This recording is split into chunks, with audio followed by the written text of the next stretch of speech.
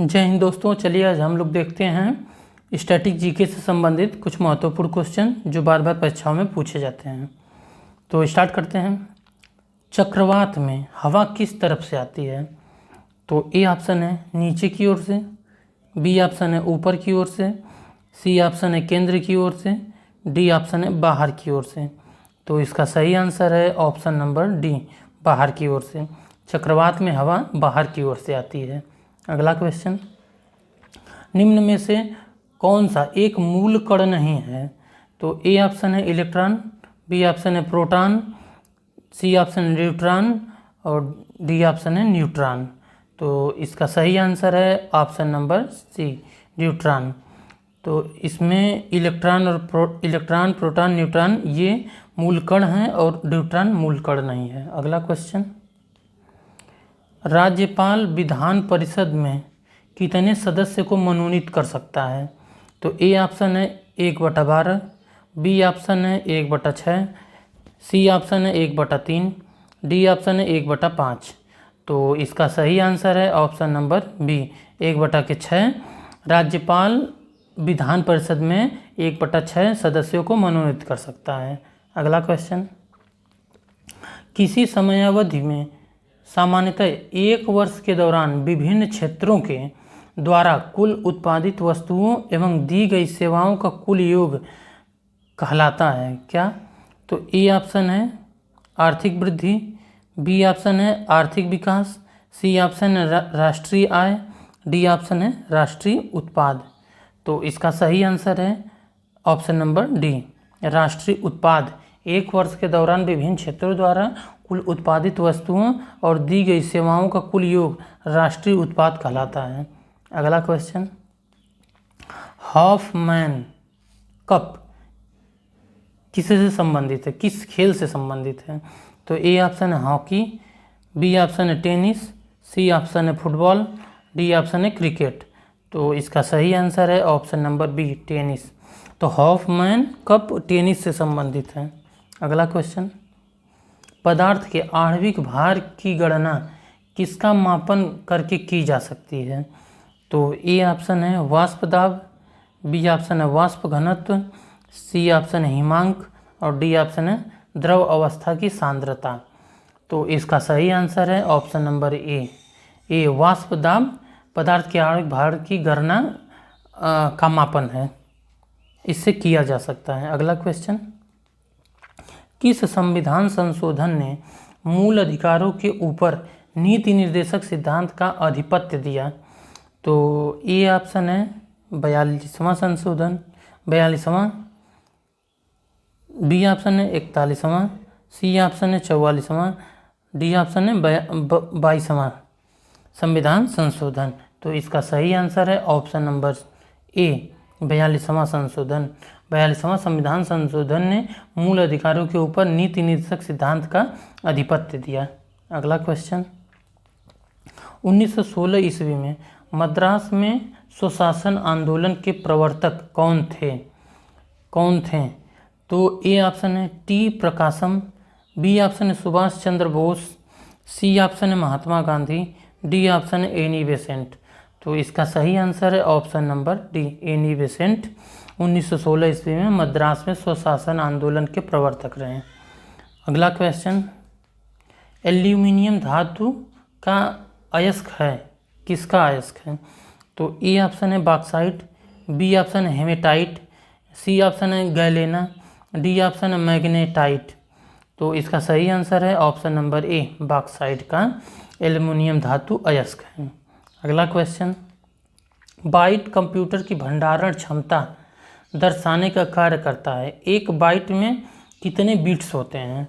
तो ए ऑप्शन है 30 bits, B option है 8 बिट्स, सी ऑप्शन है 6 बिट्स, डी ऑप्शन है 15 बिट्स। तो इसका सही आंसर है ऑप्शन नंबर बी, 8 बिट्स होते हैं। एक बाइट में 8 बिट्स होते हैं। अगला क्वेश्चन,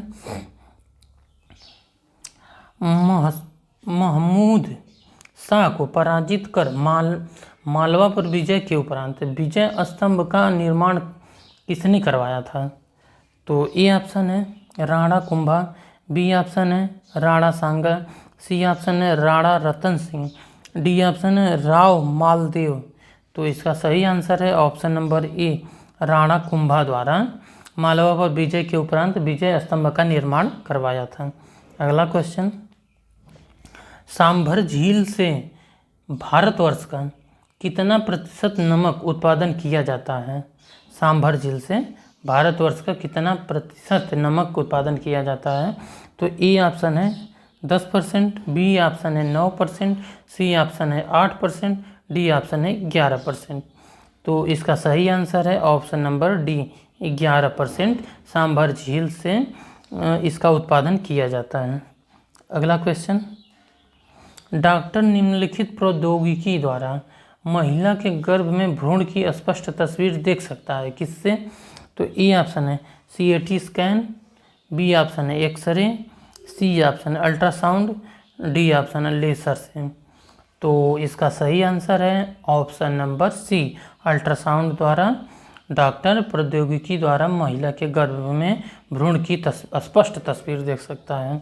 अगला क्वेश्चन, निम्नलिखित में से मूलभूत अधिकार कौन सा नहीं है?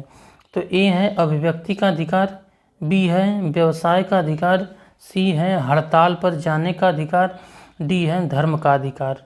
तो इसका सही आंसर है ऑप्शन नंबर सी, हड़ताल पर जाने का अधिकार मूलभूत अधिकार में नहीं है। अगला क्वेश्चन, भारतीय प्रशासनिक ढांचा का मॉडल निम्नलिखित में से किस देश से लिया गया है?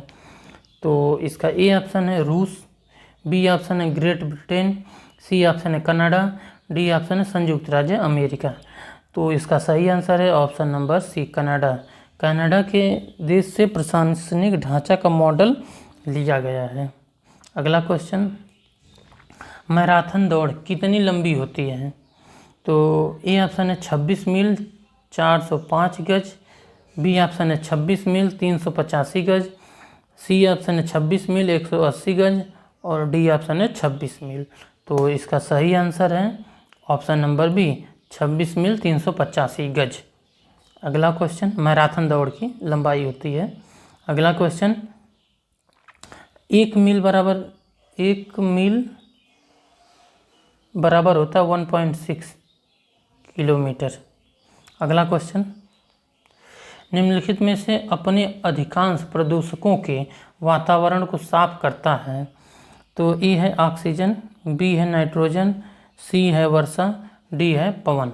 तो इसका सही आंसर है ऑप्शन नंबर सी, वर्षा। वर्षा अधिकांश प्रदूषकों के वातावरण को साफ करता है। अगला क्वेश्चन, भारत व पाकिस्तान के बीच की सीमा का निर्धारण करने वाली रेखा है कौन सी? ए ऑप्शन है ड्यूरंड रेखा, बी ऑप्शन है मैकमोहन रेखा, सी ऑप्शन है रेडक्लिफ रेखा, डी ऑप्शन मैगिनाट रेखा।